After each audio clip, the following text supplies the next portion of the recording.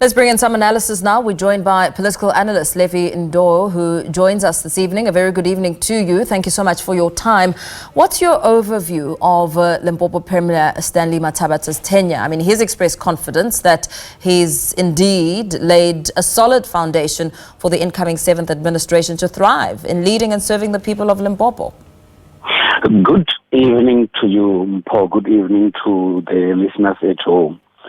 Indeed, if you look at the history of Mr. Mathabatha, he came in as the premier at a time when there was instability in the province, not only in governance, but also in the ruling party, the ANC. When he came in, the Limpopo provincial government was under administration because of poor governance, because of wrong decision making, and then, of course, issues that relate to corruption. When he came in, factionalism within the ruling party, the ANC, was quite rife.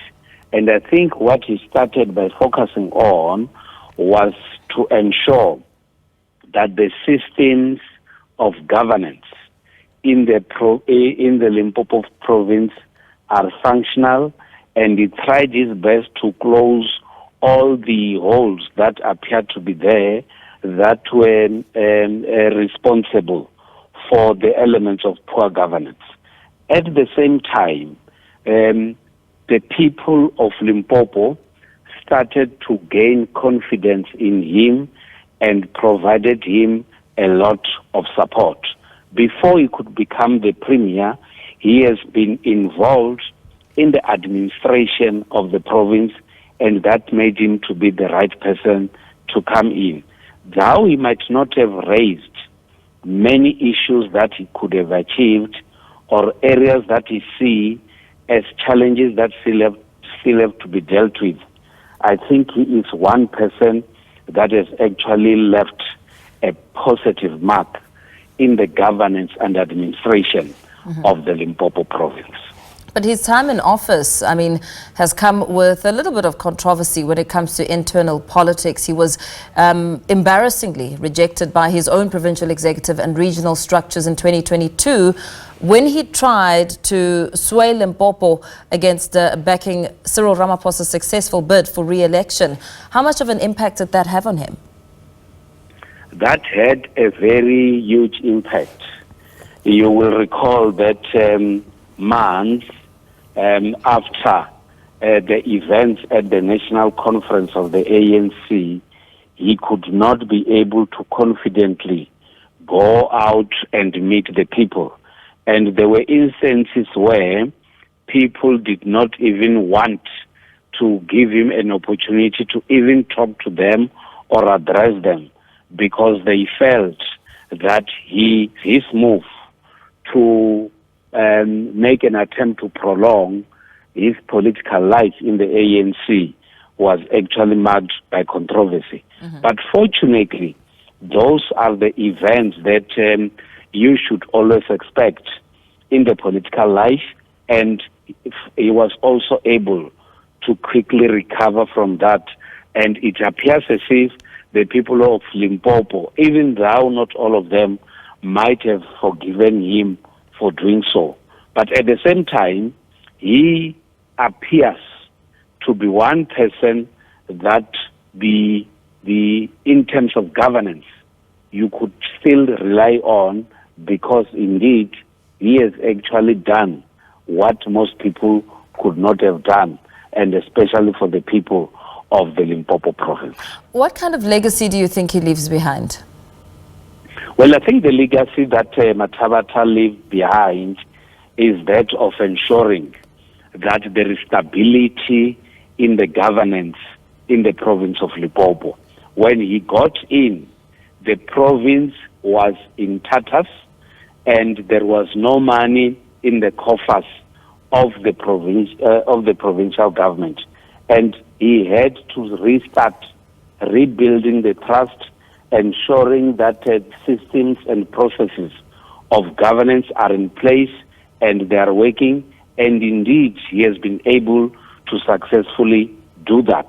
And through Stanley Mathabatha, there are many projects that will include the building of clinics, the building of hospitals, and indeed the expansion of roads in the Limpopo province.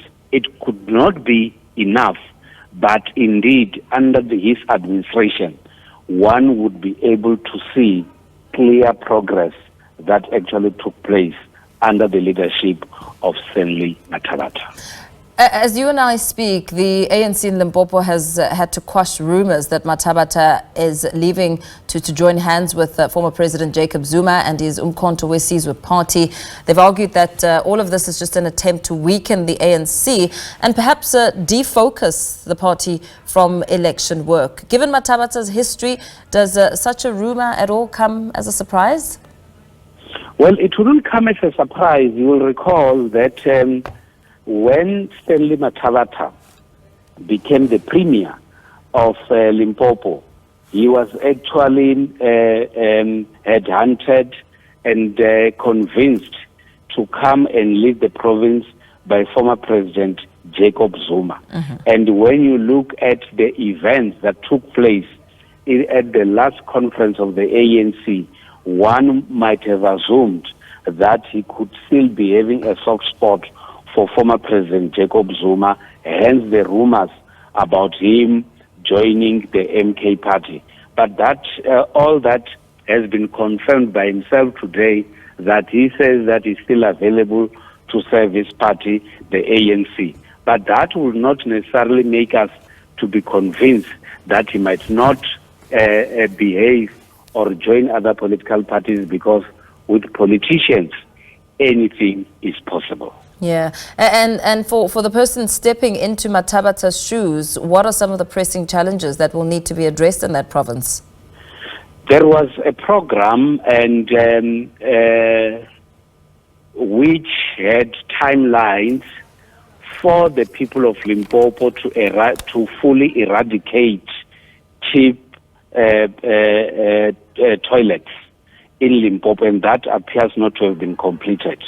He also said by himself that there are other projects that will include roads, that will deal with issues of unemployment, especially youth unemployment, that anybody who occupies that office has to deal with.